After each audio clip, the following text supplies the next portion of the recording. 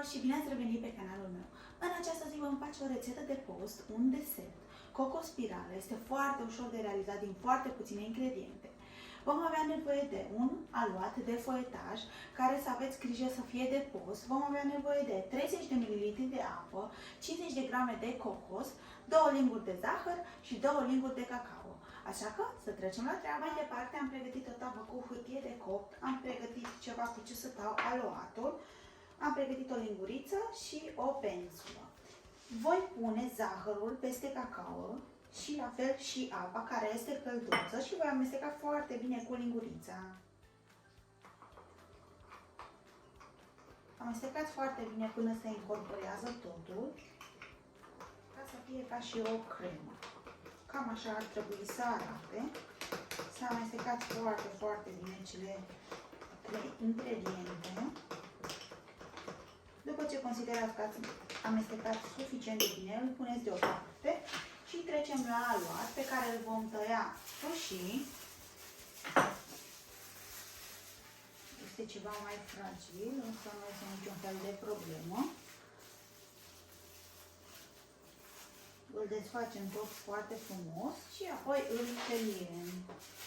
Aici, deoarece este rupt, îl voi face pe părțile în care s-a rupt.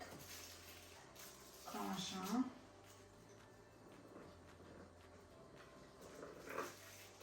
Și voi tăia fiecare părticică.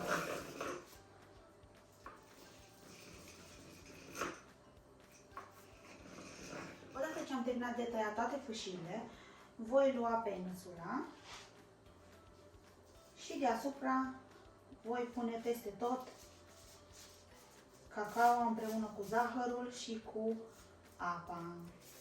Voi întinde foarte bine peste întreaga suprafață a aluatului. Este o rețetă foarte ușor de realizat, din foarte puține ingrediente. Și dacă sunteți pofticioși așa ca și mine de dulce și doriți să țineți postul, nu este niciun fel de problemă. Există o multitudine de rețete care sunt dulci și pentru post. Îl voi lăsa așa pentru 5 minute ca să absorbă aluatul întreaga consistență de cacao și zahăr și apă pe care am adăugat. După ce a trecut cele 5 minute, ne vom apuca să luăm fiecare în parte. Puteți să o tăiați și în două dacă doriți. Și începem să facem ca o spirală.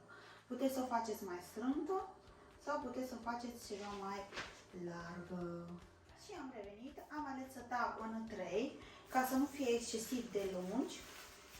Și acum voi lua fiecare părticică în parte și o voi spirala. Așa.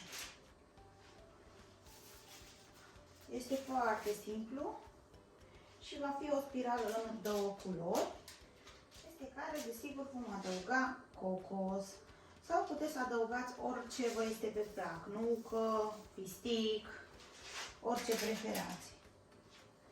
Eu voi adăuga cocos, deoarece cocosul este preferatul meu.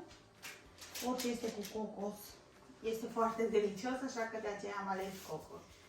Am făcut și două mai lungi ca să vă arăt că atunci când le lăsați așa întregi, este mai dificil și de rulat și se face ori prea largi, ori prea strâmte rotirea și nu este prea estetic, însă gustul practic este același. Așa că puteți să alegeți să faceți cum preferați. Mi se pare că dacă sunt mai micuțe, sunt și mai ușor de servit. Iar acum vom adăuga cocosul peste.